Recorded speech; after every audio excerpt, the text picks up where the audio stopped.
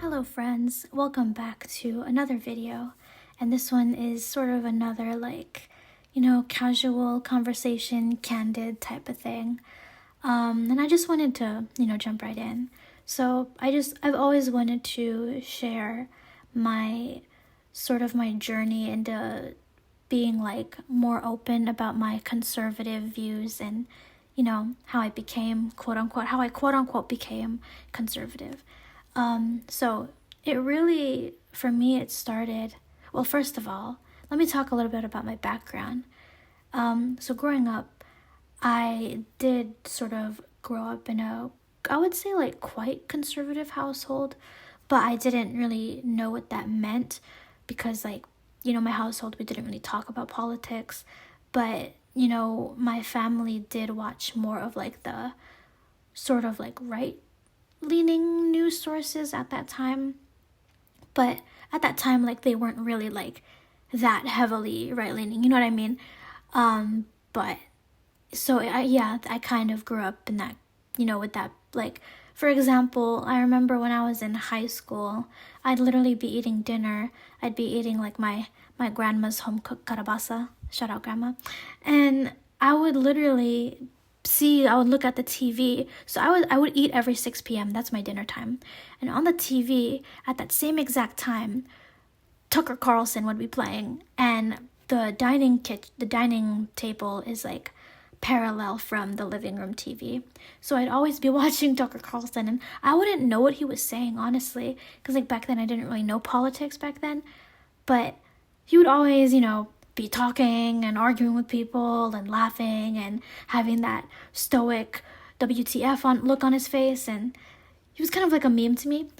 But at that time, I remember just feeling very angry, and I didn't know why I was angry, but it was because, looking back now, I wasn't angry at him because I had no idea what he was saying, and I didn't know his background. I didn't know his political background. I just knew that he was a straight white man, and that's why I was mad at him. And where did I get these ideas? From school, in high school, and social media. Social media also played a big part in this, I would always see posts about how white old men are the oppressors of, LGBT and,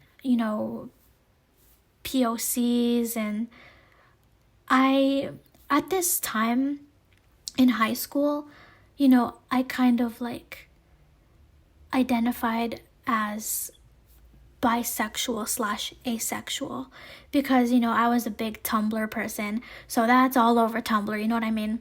And then also I also sort of I was not feminine. I didn't grow up being very feminine because I have an older brother, and then in elementary school I was actually quite tomboyish. I loved the Raimi Spider-Man trilogy. I loved I was into Star Wars, I was into Batman. I remember in 3rd grade I had a Spider-Man 3 folder, and I would always carry it around with me. And I would always wear I wouldn't wear the short shorts. I would always wear almost cargo shorts. I'd have a lot of pockets, and my hair was short, not like a pixie cut, but it was shoulder length hair. And I felt like I couldn't be drawn to girly things because I don't know, it was just how I was raised. I didn't grow up with my dad either, so it was mainly my older brother kind of showing me the ropes of how, that was kind of my male figure in my life, my brother. And he played a lot of sports, and he was more extroverted than me, so he would always we would always play outside, and he would always be playing football and stuff with me, or football, soccer, whatever sport he was into, basketball too. And I hated it. Honestly, I hated it because I just felt I couldn't do it. You know what I mean? I can talk about that whole background another time, but the point is, I'm really thankful to the Lord that I did not grow up with the social climate that we have today, because people would have literally said that I was trans and that I needed to get a gender swap surgery as soon as I could when I was older. And I'm so glad that I'm so glad, because things would have been so much more different for me. But back then, it's like I was not a boy. I just, it was my upbringing that, I didn't have a father figure in the house, except my grandpa. I didn't really pay attention to him, but my brother mostly. And it's like, I was influenced by him a lot, so I got into all these boy things. And I was not a boy. I was just a girl who really looked up to my brother at the time. Even today, actually. Shout out. But yeah, it's just like, I wasn't, I wasn't able to be very feminine. And that kind of also trickled into high school and middle school. So in high school, I thought I was like bisexual. I thought I was asexual. I thought I fell into like the LGBT community. So when I would see people, like going back to Tucker Carlson, when I would see people like him, it would make me so mad, because it's like, who's this straight white man yelling at me and, basically telling me how to live my life? I didn't even know what he was saying, right? But it just made me mad. And when I was in and when Trump was, there was this election between Hillary Clinton and Donald Trump, and I remember I would be the kind of person on Facebook, on Instagram, basically sharing these 30-second clips of, it's kind of like footage of taking Trump's words out of context. I remember I shared a post that said that Trump was going to be the next Hitler. I remember I shared a post like that. And I regret it now. But back then, we really believed it, because they really just wanted to, hit the emotions, right? So I was that kind of person. I hated him. I hated him because I was being taught to hate him. And an example of this would be my art teacher in 2016. I was in my senior year of high school. And my art teacher, sorry if you hear the frog in my throat.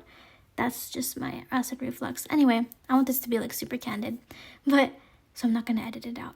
But yeah, so my art teacher, she hated Trump. And I remember this was like right before the election. So it was kind of like, 2016.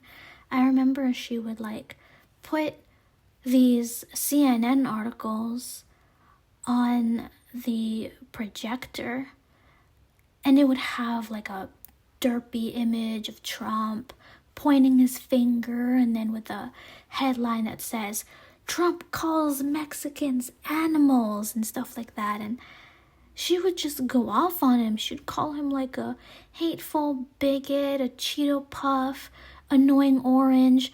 And I believed it. We all did, because we're all, majority of the class was like INFPs. Like, she literally did a survey, and we were all like INFPs.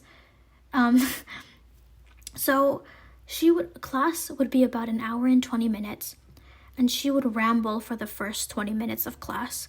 And I remember on Mondays, I had her class for 50 minutes, 50, and she rambled for an entire 50 minutes of class. And I remember walking out of that class, and I learned nothing. I just learned how to be more hateful. I learned nothing about art. This is what's going on in public schools. I went to a public school. This is what's going on in public schools nowadays. And she is not the only teacher. I had about 2 or 3 other teachers that year who did something very similar to this.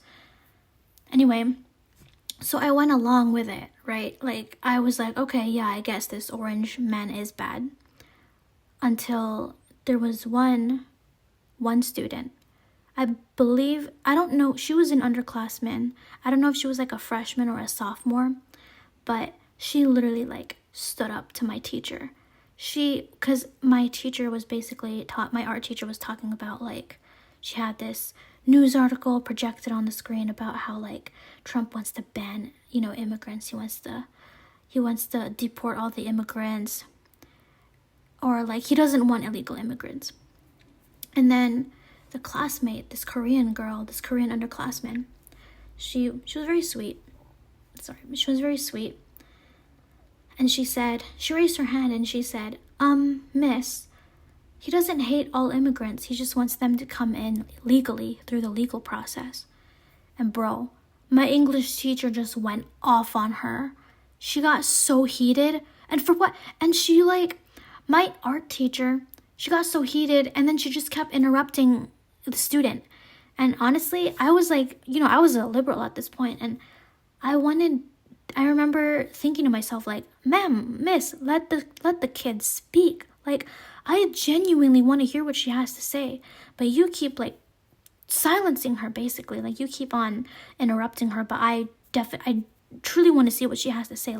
I want to learn about what the other side is thinking, but she never let her speak. And they had this yelling fit across the classroom, and it was really crazy, and that shocked me. That was kind of the first seed that was planted for me in 2016.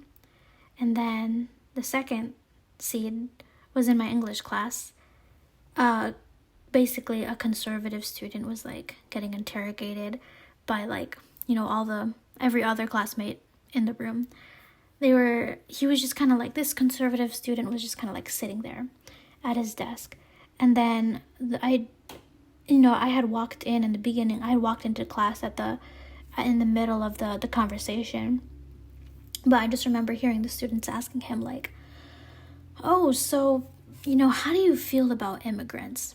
And then, the conservative student was saying well, I believe that they should come into the United States legally. And then the students would ask him oh, okay.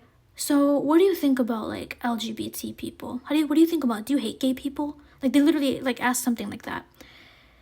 And then this conservative student was well, if the Bible says it's a sin, then it's a sin. And then these students were oh, okay, so by definition, are you a Trump supporter? And then the student was well, I support, I want to give him my support because I don't want the economy to collapse. Stuff like that. They were really interrogating him. But what really struck me was when the student brought up the LGBT thing. When he boldly, very humbly, but boldly said, well, if the Bible says it's a sin, then I can't support it. And that struck me. Because it's wow, I am a confessing Christian. I am a Christian. But why...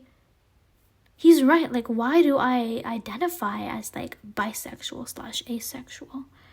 And that really sat in me. That really marinated in me. But at that time I kind of just thought to myself wow, I wish I could be as brave as him one day. And yeah, shout out to that student. He if you know. we still kind of talk here and there. He's pretty cool. He's doing awesome things, and glad to see he's very successful now. But yeah, that really struck me, and I'm so glad that the Lord, I'm so glad to the Lord that he kind of gave me that moment, and also gave me the opportunity to even after high school connect and just kind of talk to this person to let them know that, hey, that moment that you didn't really think about, that really changed my life. And all, side note, if there is somebody in your life that really changed you, I urge you to reach out to them and let them know, because you never know how much that can encourage them. That it's go imagine somebody coming up to you and being hey, you stood up that one time, you were unashamed to do that one thing, and that changed my life forever. And in that moment, you have no idea that you're changing somebody's life, but you never know. All of our actions ripple out into greater things that we can never imagine. So I urge you to follow the Lord, act upon wisdom, and continue to be, God-fearing instead of world-fearing, because you never know who is watching you, and you never know who the Lord is gonna touch in your moment of courageousness. So that's just a side note. Anyway, so that was my, my high school experience. And then going into college, it kind of got, not kind of, it very much escalated. So in my first semester of college, I had like two like transgender professors. And in the beginning of our class, for the semester, we had to like say our pronouns, and in the class we just talked about, how much we were all victims. Okay, so these two classes were English class and then my anthropology class. And honestly, I got along with these professors. Like, I really did. Like, I loved my anthropology professor. Like, they were really awesome. God bless them, and I hope that they're doing well. Like, yeah, I had like really fond memories, but I just didn't like the education aspect, because we were basically talking about like how we were all victims. My anthro professor, we were in one class period, we were talking about how there's like more than two genders, and how like just because you're a man doesn't mean you're a man, and just because you're a woman doesn't mean you're a woman. And I remember like one day before class, we were all kind of like sitting outside waiting for the classroom to open. And I didn't engage in the conversation at that time, but I kind of wish I did. But I just remember hearing the students saying like, I don't know if this is like good. Like, are you guys believing in this? Yeah. Like, they were all kind of like talking amongst themselves. And at that time, I didn't care, but I kind of, I do now. So hi, but yeah, looking back, it's like, dang, like, thank you, Lord. I'm so glad that we all kind of saw it. And I pray that those students are doing well today. I wish I connected with them, but such is life, right? But anyway, yeah, it was really crazy. Like, we were discussing victimhood, and we were discussing our disabilities. Like, for example, me, right? Like, I'm half white, half Filipino. I'm pretty short for my age, and I also have scoliosis. I can only see 20/40 vision. And it's like, basically, and I'm a woman too. So it's like, this class was kind of, and I don't consider, anyway, yeah. So it's like this class was like giving me the permission to use any of those things to like be a victim in life. So I could easily say like, oh, boo-hoo, I have scoliosis, therefore I can't do things for myself. Or like, boo-hoo, I'm a woman, I can't do the things that men can do. I have to do it, and I have to try extra hard, and I have to prove myself. Or and it's really funny because it's like, I'm half white, half Filipino, right? So it's like, I'm like half oppressor / half oppressed. And it was like, I didn't understand, like, it's kind of like a point system, right? So it's like, okay, I'm white, therefore I have white privilege. Oh, but I'm also Filipino, so I have I have the POC card, but I only, you rip half off, so I only have half a POC card. And then also, like, I'm a woman, so I guess I get one more, I guess I can, get one more, woman card, but, do I have to rip it in half to make up for the half Filipino card? Oh, and then I have scoliosis. Okay, that's one disability card. And then I also have 20/40 vision. Okay, that's one more victim card. So it just felt like this like point system. Oh, and by the way, and I'm also like bi, asexual, unga bunga, give me two of those. Like, it really just was very confusing to me. And those things, it made me feel helpless. I'll say that. It made me feel helpless. And I can't believe that they were teaching that to me and to other people within the first semester of entering college. And mind you, this isn't even like a well-known college. This is just a local college that I went to, which I love very dearly. Like, I'm not like hating, I'm just critiquing, because take a critique here and there, right? We all need it. don't take away our free speech so we can continue critiquing lovingly. Better is open rebuke than love that is hidden. So if I didn't love my fellow students, if I didn't love the school, I would not be critiquing it. Anyway, where was I? Yeah, my anthro class, we discussed victimhood. And at that time, I really did hate Trump. I really did. But I only had verbal insults without any evidence. I remember I was an English major at this time, right? So I had to write this story, and I wrote a very apocalyptic story. And I remember I did sort of allude to President Trump in the story. I was like, Cheeto Puff president, annoying orange this. And it was okay, first of all, now that I look back at it, it's okay, first of all, the story is about what happens after a war. Trump never started any wars. He protected other countries, and he protected other countries, and he made the U.S. independent, independent oil. We had independent oil. We had low gas prices. He cracked down on sex trafficking. A lot of really great stuff. So the fact that I had no idea who Trump really, he's not a saint. We'll say that. None of these politicians, quote unquote politicians, are perfect. He's not a politician. He's a businessman, but still he's not perfect. Everybody has a past, right?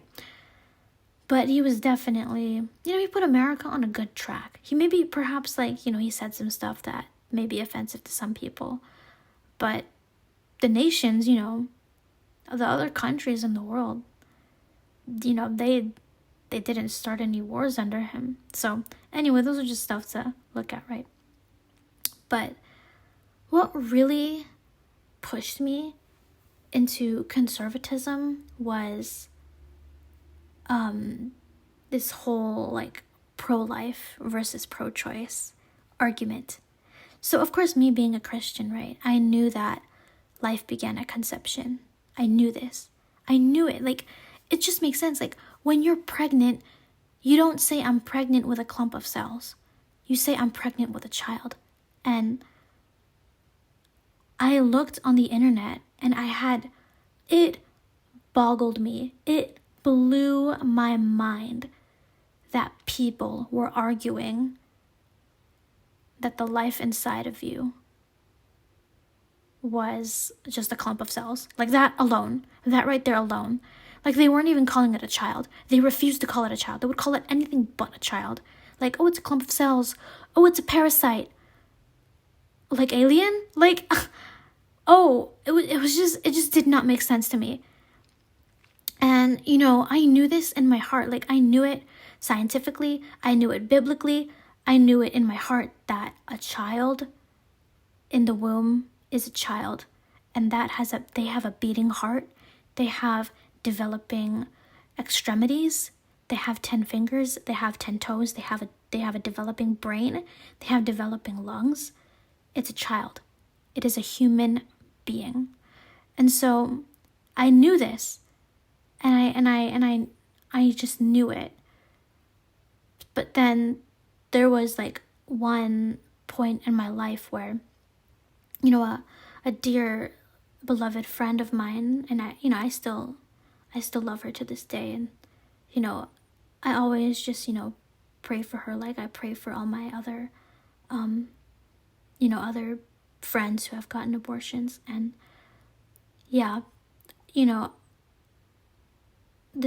my friend had asked me to go with her, to give her moral support at her abortion at Planned Parenthood. And at this time it was kind of numb to me, the gravity of the situation, that an actual child was being murdered at this point. And me, I was weak. I didn't want to lose a friendship. I didn't have, honestly, at this time, I didn't have any resources.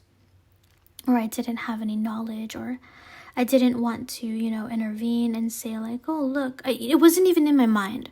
It wasn't even in my mind to be like, oh, do you want to reconsider what you're about to do? Or like, do you know that that's a life inside of you? Or do you want, you could always save it, you could always give the child up for adoption. I never like thought of those things because I didn't want to lose my friend. I didn't want her to push me away. I didn't want to be pushed away. It's like, I don't want to start an argument. But, I definitely learned from it. But,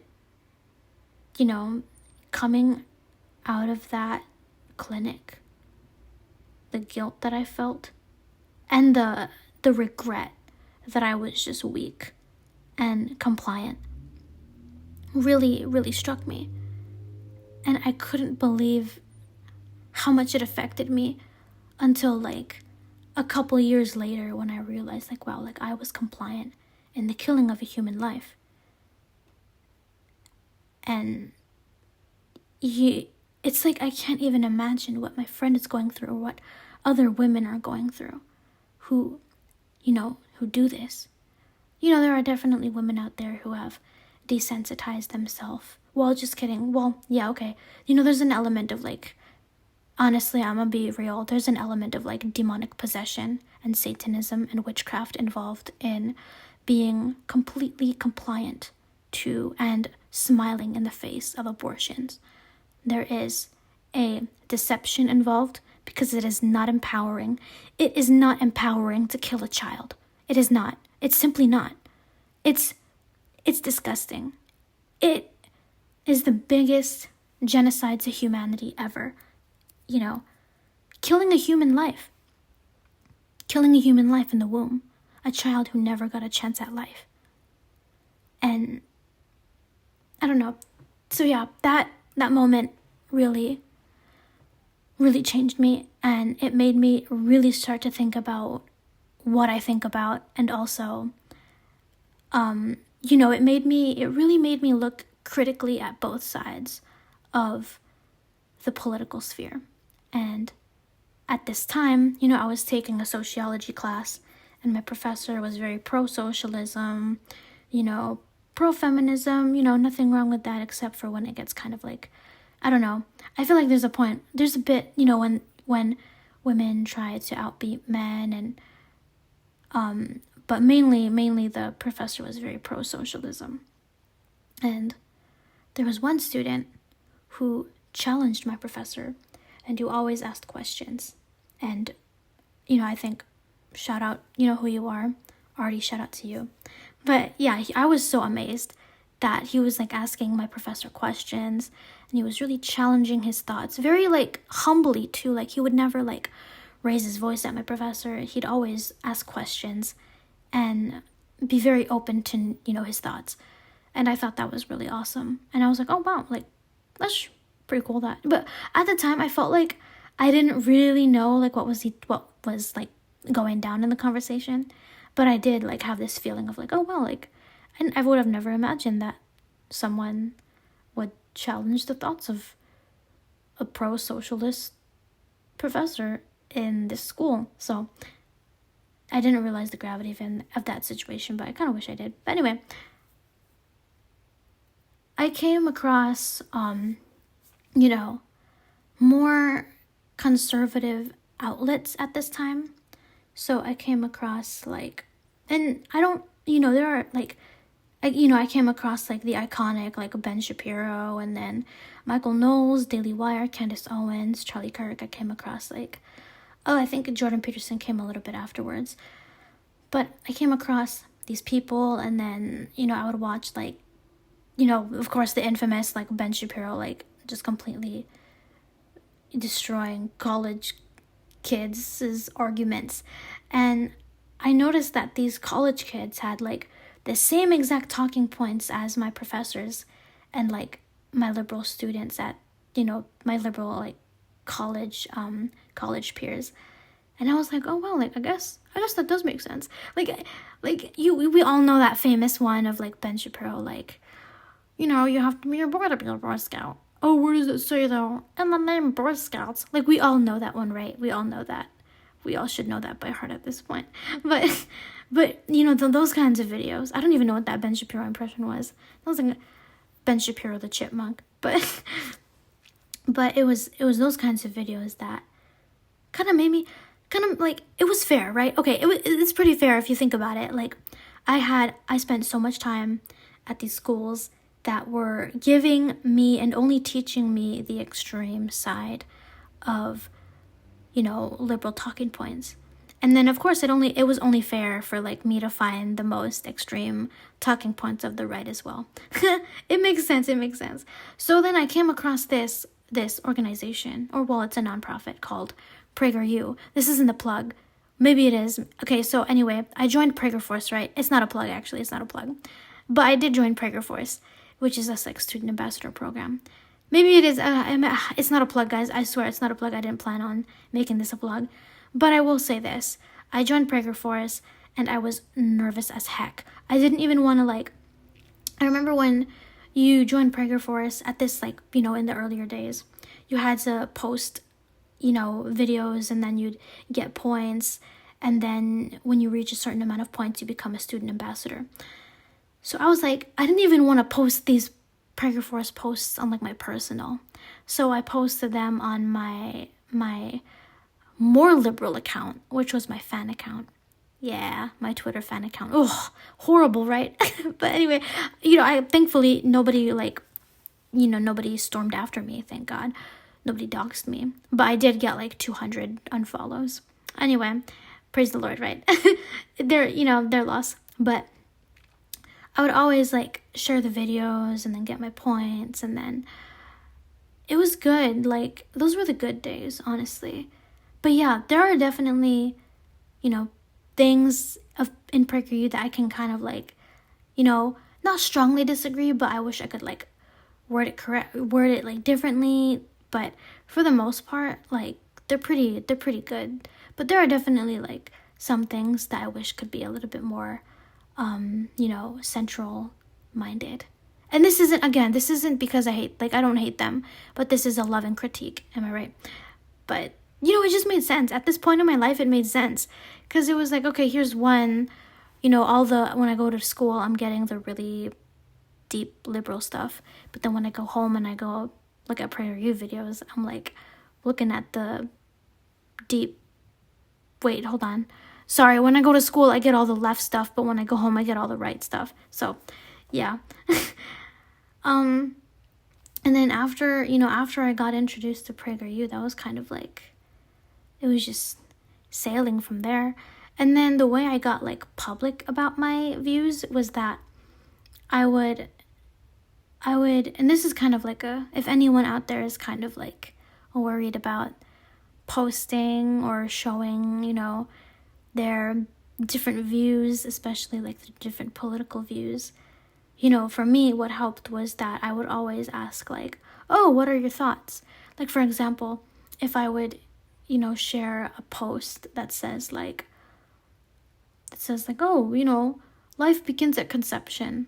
I would literally post like an Instagram poll, like, do you agree or disagree? Just to kind of, like, you know, invite my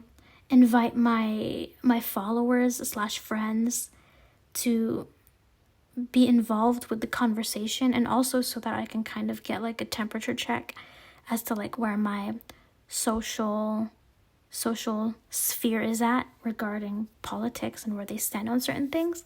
And so, like, if I knew where they stood, then I'd be able to kind of, like, you know, present information in a way that would be, like, palatable to them. So that helped me a lot. And then also, like, understanding and kind of learning how to be more gracious, I guess, or like velvet hammery when it comes to like presenting your views, you know, open rebuke basically, but like knowing and communicating that, hey, like, I want to give you and I want to present you this information because I love you and I care about you. That to me would like was kind of like the saving grace of a lot of my friendships and relationships regarding like bringing up new political ideas. So yeah, that was kind of like the whole spiel of what happened. I don't know if I'm missing anything, but if I am, I'll probably talk about it some other time.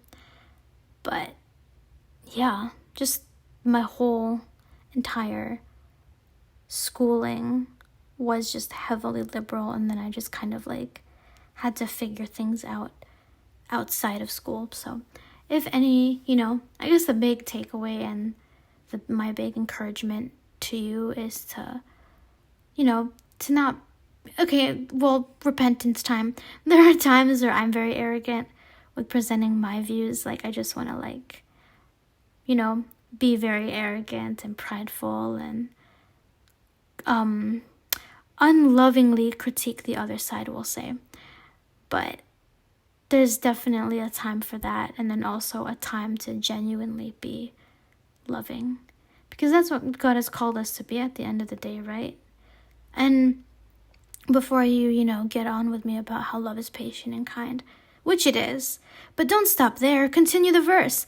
Love does not envy, love does not boast. And then what's the other one? Love does not delight in evil, but it rejoices with the truth. And that right there, love does not delight in evil, but rejoices with the truth. Does not delight in evil, so what does that mean?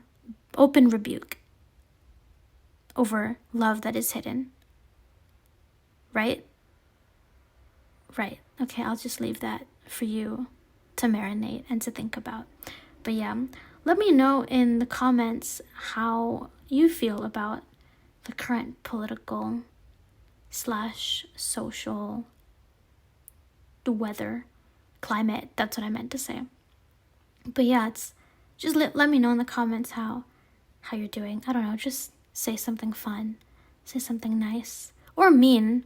Open rebuke is better than love that is hidden. So if you have a problem with my views, let me know in the comments. Just be you don't have to be nice, actually. You can be whatever you want to be. But I urge you to be very wise. If there's anything I urge you to be in this life, it is be very God-fearing. That's all I'm going to say. All right. It is currently at 10:30 p.m.